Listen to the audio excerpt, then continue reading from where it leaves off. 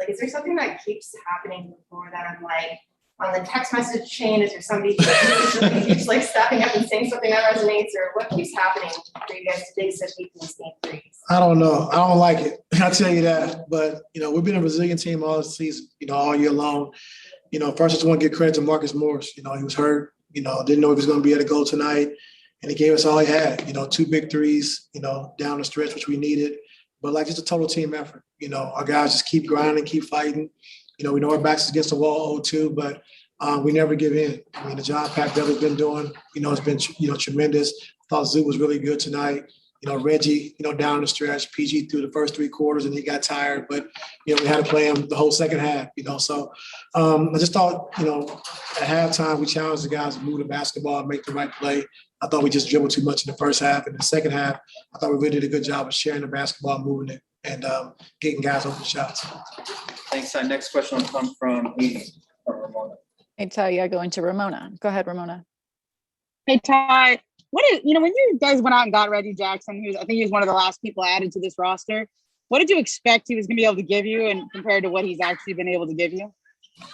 Well, coming into the season, when we first signed Reggie, our coaching staff, we talked about, him potentially being a starter because of how we wanted to play and, getting PG and Kawhi, the ball in their spots. And so, unfortunately, Pat Beverly got hurt a few times this season, and Reggie became a starter. He did a great job. And, our numbers with him as a starter was, off the charts, as well as with Pat as well. But offensively, we really took off. So, he's been great. So as soon as he stepped into that role, he made it easier for PG, made it easier for Kawhi.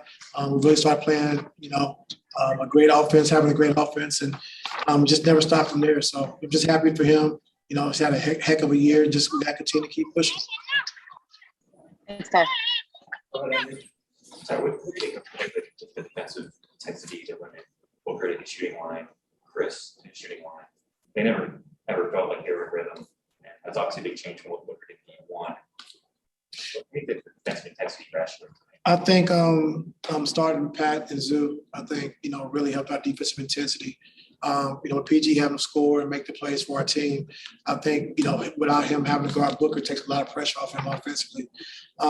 Pat Beverly and Zoo together, that combination is unbelievable. And like I said, Pat's the best review challenge guy in the game. He's going to block your shot from behind, going to contest from behind, and make it hard on you. He gets into the ball. He's physical.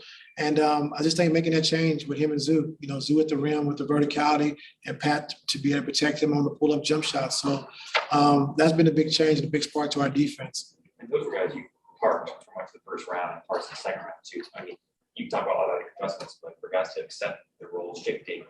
I mean, Andrew, it's all about winning, and those guys are winners. And, to be 2 starters and not play at all in the Dallas series the last, I think, 4 games or 5 games, and then come into the Utah series and Zoo not play much, because it was going small because of Gobert, and Pat, the job he did on Donovan Mitchell, and now we need both those guys to come back and start again. They've been phenomenal. So, that's what winners do, and they want to win, and whatever it takes, they're going to do that. So I'm just happy for those guys to finally get their moment. Go ahead, Lo. So I was going to set you up with this before the game about team joking about you, Bill Belichick, and the adjustments and whatnot. Yeah, right. I know you coached the Boston, so there's some proximity there. But when you hear that the team will buy into what you're selling as far as adjustments and them applying it effectively, like how does that make you feel when it works and even when it doesn't work? Well, first off, I got a lot of respect for Belichick. I'm not nowhere near him. 6 Super Bowls, probably the best coach ever, football, in NFL history. But it means a lot just to, just for those guys to trust me, to understand that whatever I'm doing is the best for the team, not for me. And I just want to win. And, making adjustments, sometimes it's tough because adjustments mean some guys can't play, some guys play more, and you got to be able to accept that. And that's the biggest thing. But you have the communication with your team all year long and just talk about one common goal, and that's winning. And all of our guys are on board, So, I take pride in making adjustments and try to do the right thing, but these guys are the ones who have to go out and execute it. They've been doing a great job of that so far. Ty, you're good at knowing, having conversations with guys, knowing where their heads are at. It would have been easy for Paul to kind of let that last game linger within those free throws. What were your conversations like with them? And then you played 43 minutes tonight. You only almost comes up with another triple double. I mean, what else can you say about Paul? Just after the game, we landed, we got back home. First person I called was PG. I just told him, we wouldn't be in this position without you. So now that game's over, it happens, doesn't mean anything. He took care of their 2 games at home, and now we got to go home and win our 2 games. That's the most important thing. So can't look in the past, we got to look ahead. And I called him, I called Pat Beverly, I called a few of the guys and just said, that's over. We had a chance to steal one. We didn't do it. It's behind us. And now we got to move on. So I thought PG did a great job of just moving on, like you said, and having a big game for us tonight in game 3. What time are those calls made? As soon as we landed. So So when I got my car, they got in their car from the plane. Then I called them on the way home. is that like 4 a.m? I don't know what time. Whatever it takes, it doesn't matter to me. But like I said, those guys came out, we responded, and just, after the first half, great defensively, but offensively, I just thought we were too stagnant, over dribble. We tried to do it by ourselves. And the second half, we really just did a great job just making the play for our teammates and trusting. So that was good to see. Go ahead, Miriam. What kind of do today? What conversations you have to do? What adjustments the teammates? Well, I think the biggest thing was Zoo, he hasn't played, so just getting his timing back, getting his rhythm, understanding what we're trying to do. And I think also offensively, to their credit, we haven't played big in a long time. So as far as running the same plays and the spacing is different. So we got to get used to that as well.